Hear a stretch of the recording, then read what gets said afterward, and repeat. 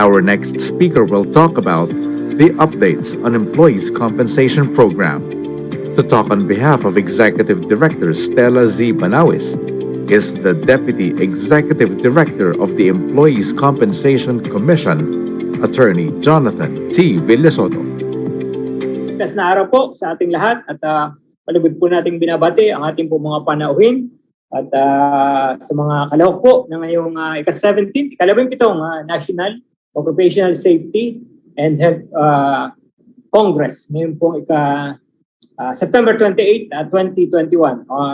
On behalf of our Executive Director, Stella Sipagan Banawis, may we extend our warmest greetings to our friends in the Occupational Safety and Health Center, headed by our Executive Director, Engineer Noel Binay. Magandang umaga po at kumusta po kayong lahat dyan.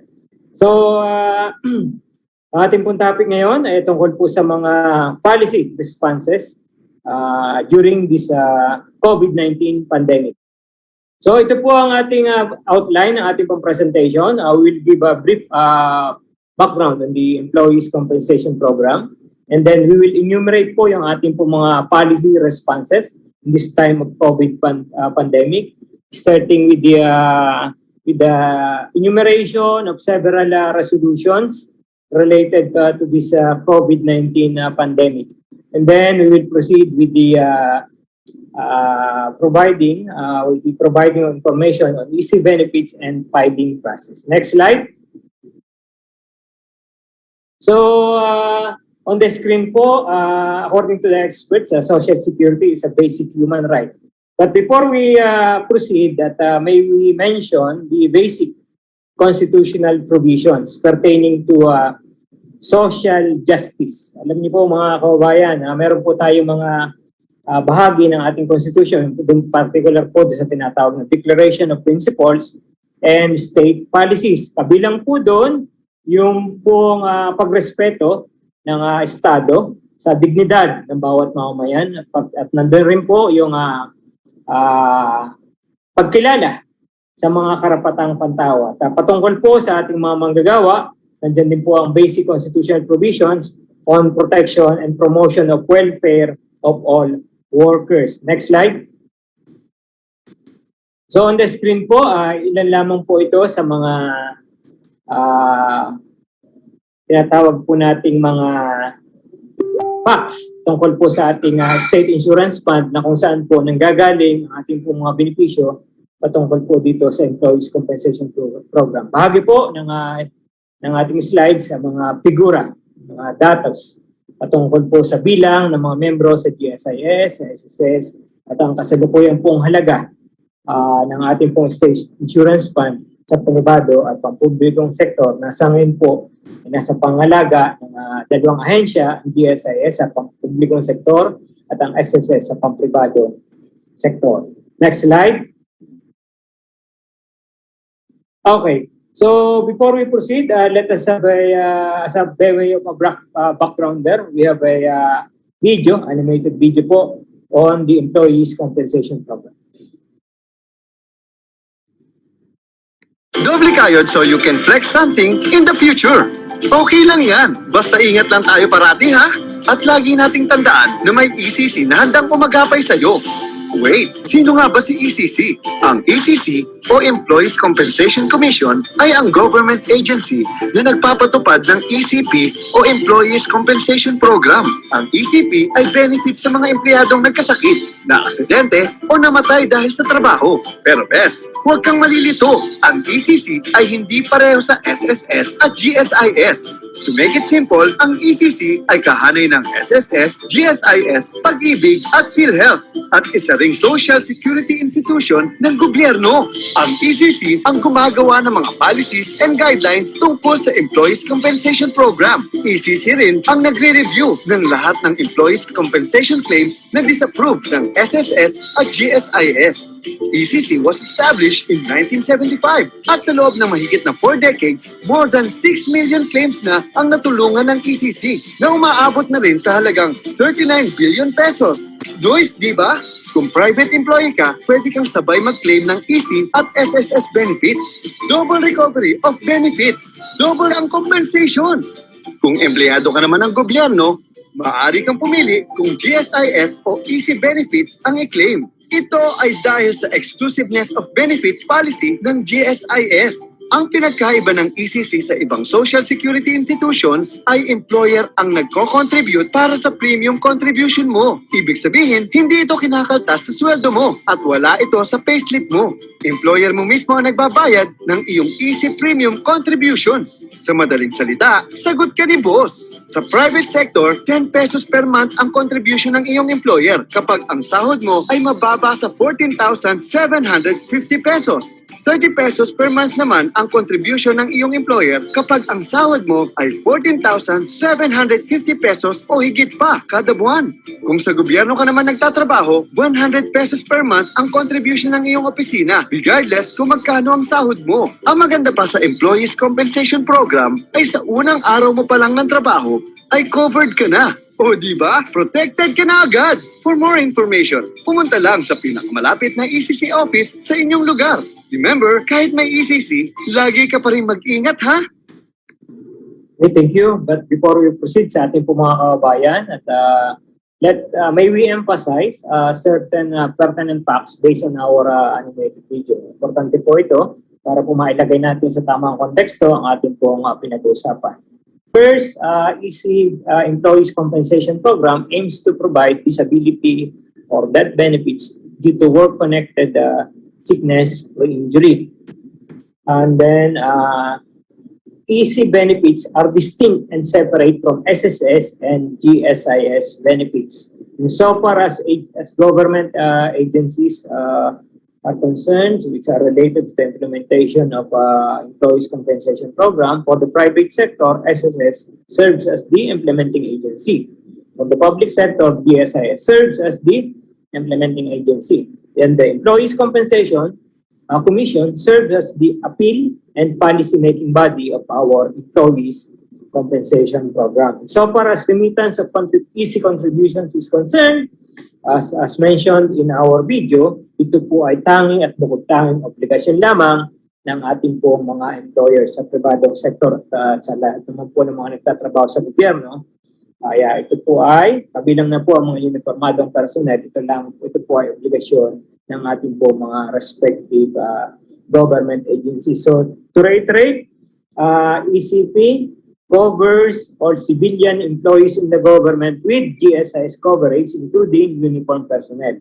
And for the private sector, Employees Compensation Program covers all compulsory members of the SSS. Next slide. So we have here several resolutions and administrative issuances which are related to COVID-19 pandemic. First, we have here the Office of the President Administrative Order number 20, which was issued on April 21, 2020. Okay? Directing all government agencies to formulate and issue rules and regulations on the grant of any benefit as a temporary emergency measures to respond to this COVID-19 pandemic. Okay po. Next slide. In compliance with that administrative order, between 2020 and 2021, the Employees Compensation Commission has issued several resolutions, particularly as our response to this COVID-19 pandemic. First, we have Board Resolution number 23-04-14.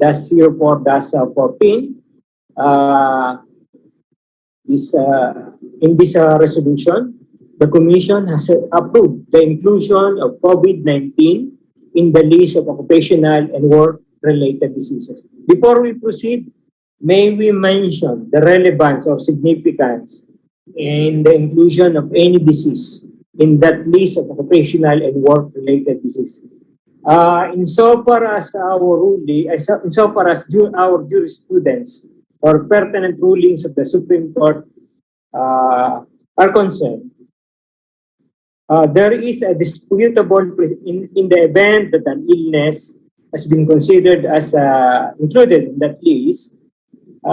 There would be a a disputable presumption of compensability, meaning in the evaluation of any claims pertaining to that list, which is included in that, pertaining to that illness, which is included in that list, there would be a liberality in that in the evaluation in favor of labor. Next slide.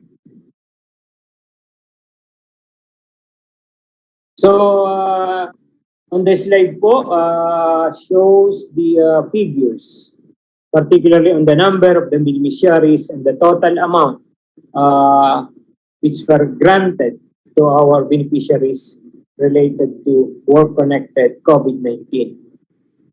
Next slide. So again, we have another board resolution by way of alleviating the financial needs of our pensioners in this time of COVID-19 pandemic.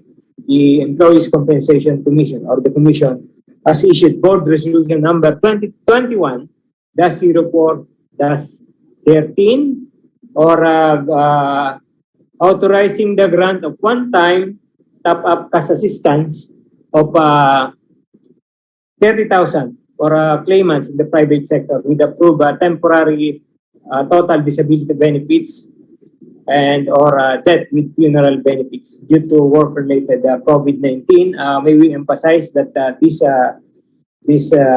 grant is still pending for approval at the Office of the President.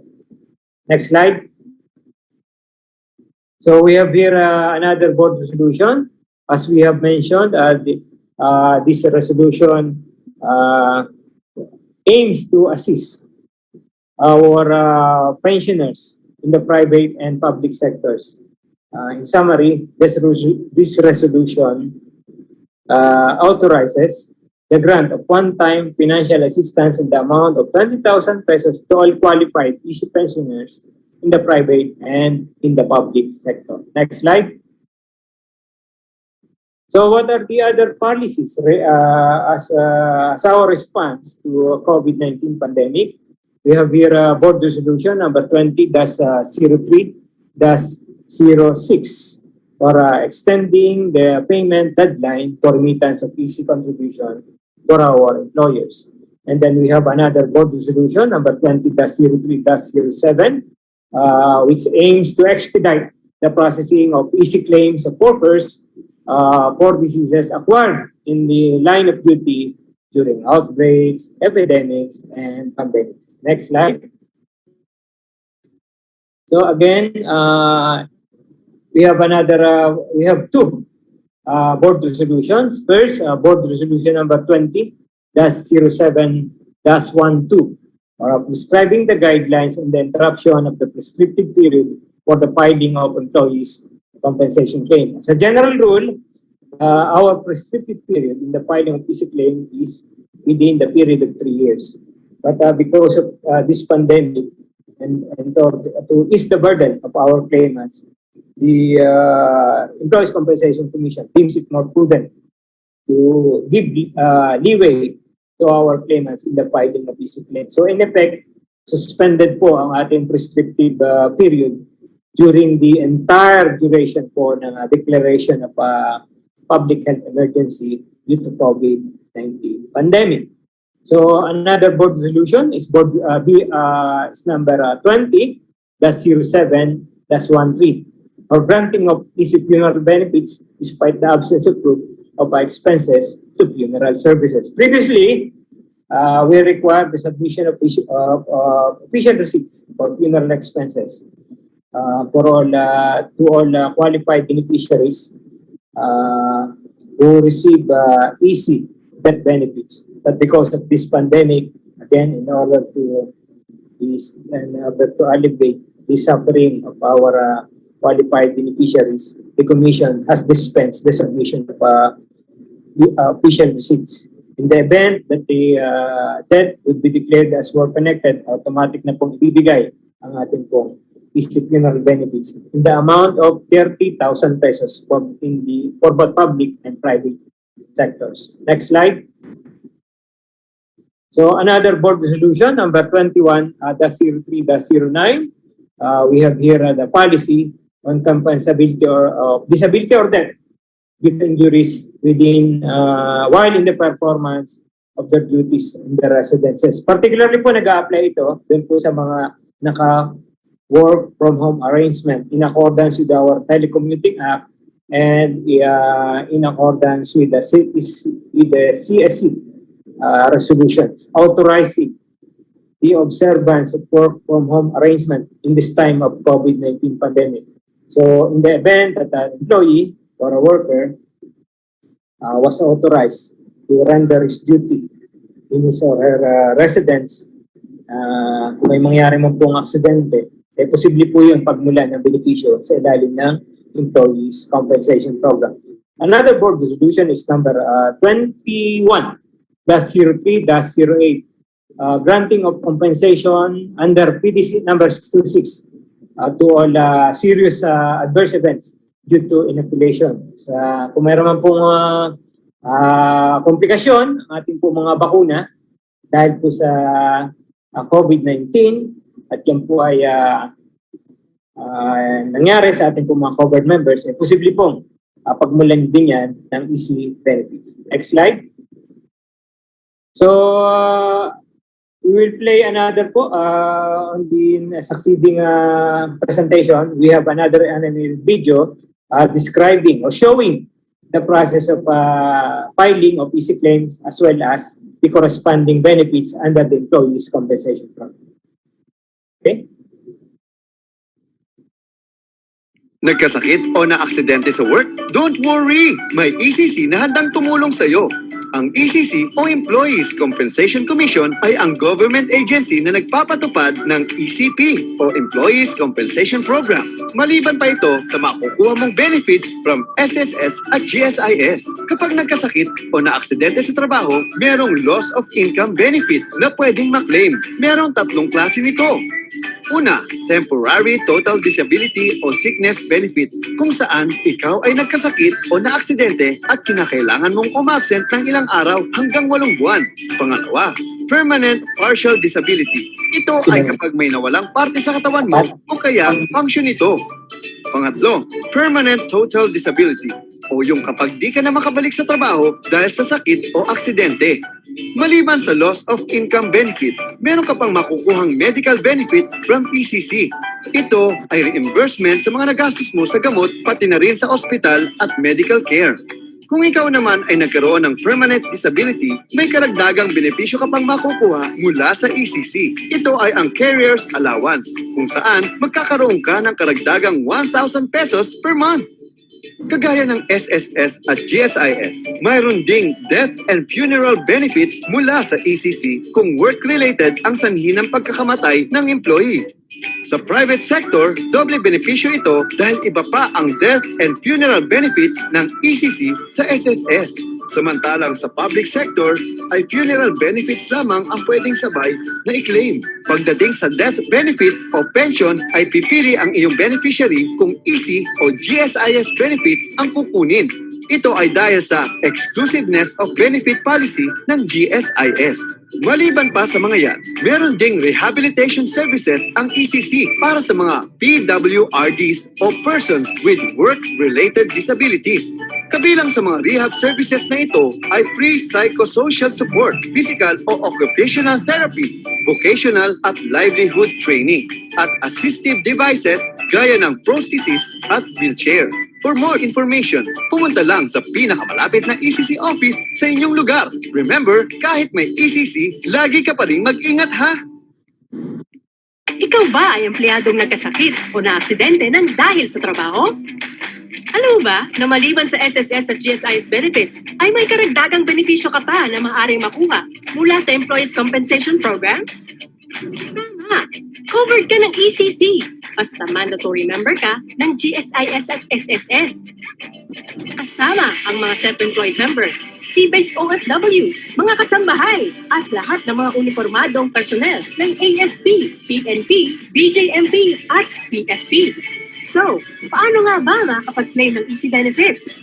Sa pampublikong sektor, magpunta lamang sa pinakamalapit na GSIS office o branch sa inyong lugar. Sa pribadong sektor naman, ay sa SSS office o branch ang filing ng easy claims. Pagdating naman sa mga requirements, dalhin lamang ang mga dokumento gaya ng Accomplished Easy Sickness Disability Form, Certificate of Employment, Medical Record, Incident Accident Report. Ang kagandahan sa EC program ay 3 taon ang prescriptive period nito at hindi kinakailangan na ubos mo ng iyong sick leave credits bago makapag-file ng claim.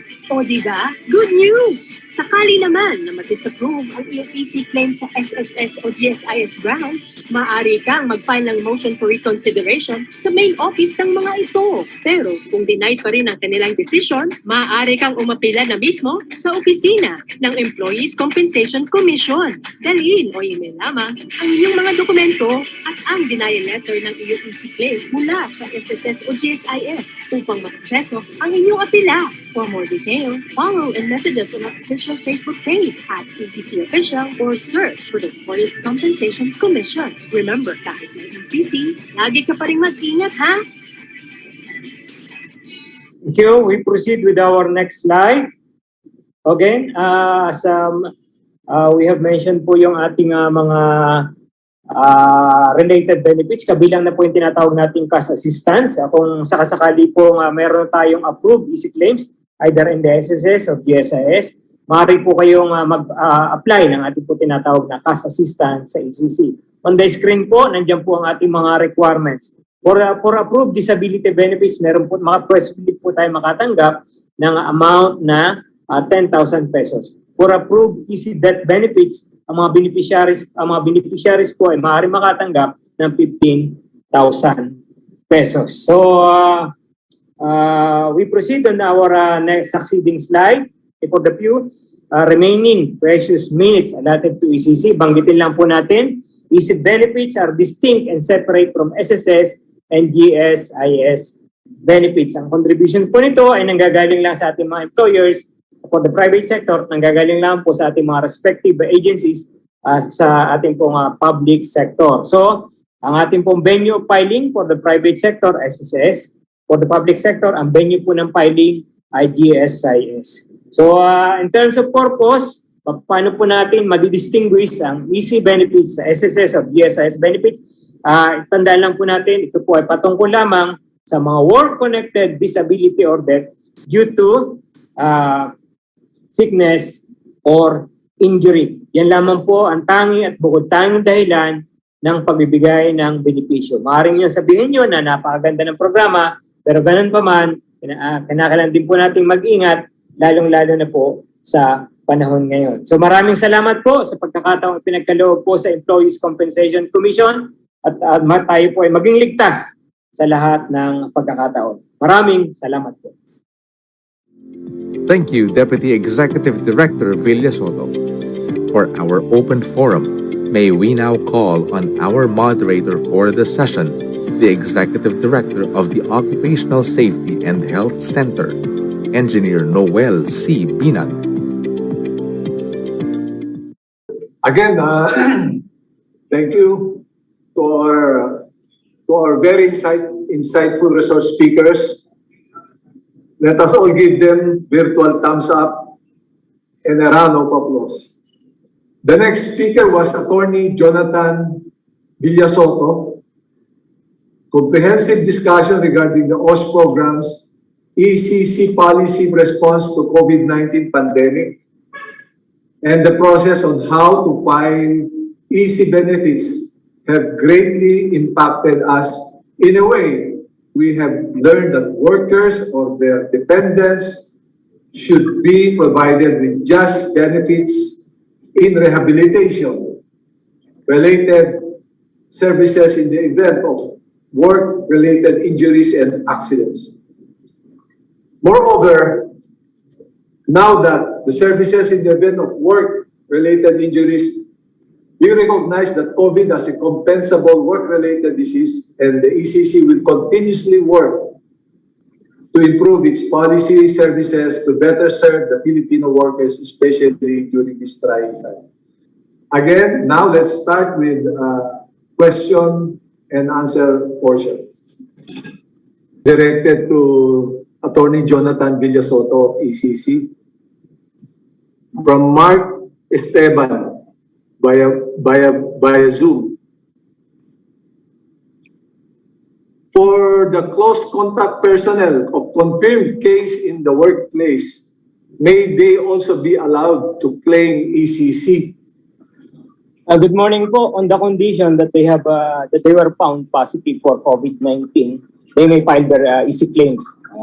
Considering po that EC benefits aim to provide disability or that benefit due to work-connected sickness or injury.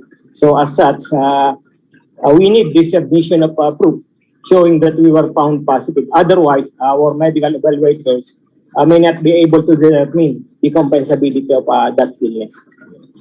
Another question to address to Attorney Jonathan Villasoto from John Noel de la Cruz.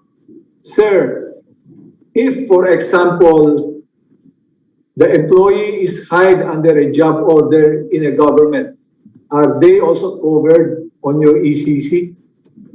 Yes, ito po, at this may be confirmed by our CSC representative. All JOs po are in the government, are not yet considered as government employee. So, however, our coverage under EC has been extended to all self-employed individuals. So, on the assumption that that the participant has already registered as EC self-employed in the SSS, he may file ECC claim in the SSS. Again, coming from an anonymous attendee intended for ECC. In this work from home setup, how do you justify that being affected by COVID-19 is work-related? And so far as evidence po is concerned, the degree of proof under our labor law is substantial evidence, meaning such amount of relevant evidence which a reasonable mind might accept as adequate to support a conclusion on the existence or non-existence of the fact in issue. So, without saying that all transmission or infections that occurred in our homes or residences may not be considered as work-related, that requires a medical evaluation pa po. So yung po mga incidents ng alleged transmission or infections in our homes while we're performing our duties would require medical evaluation po. Okay. This question is addressed to Attorney Jonathan Villasoto, ECC, from Fernando Bataclan. How do we know if our company is contributing to ECC, especially we are from the private sector? Okay po. So all compulsory members po of the SSS are covered under EC. Their contributions may be verified in the SSS.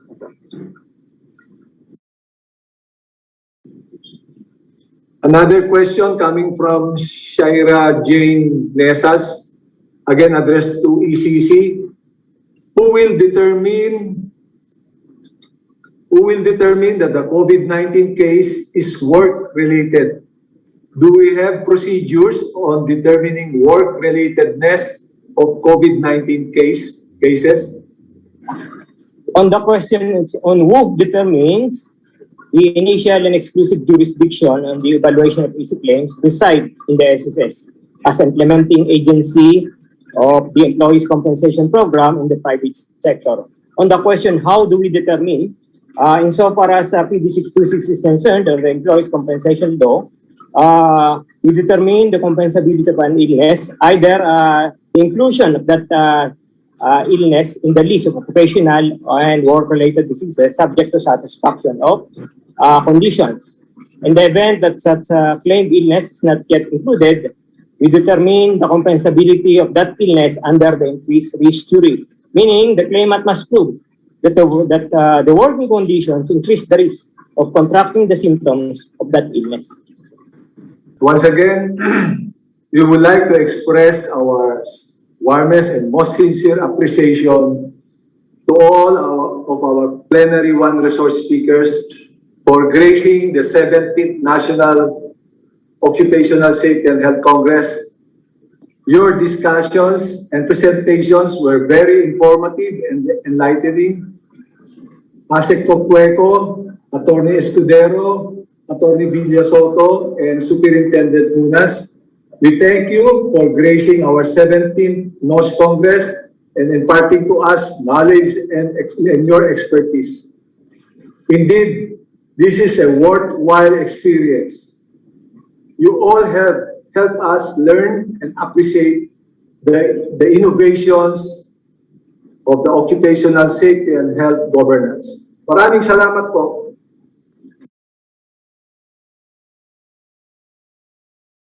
Once again, we would like to thank our resource persons, moderator, and the participants for a very productive discussion. We will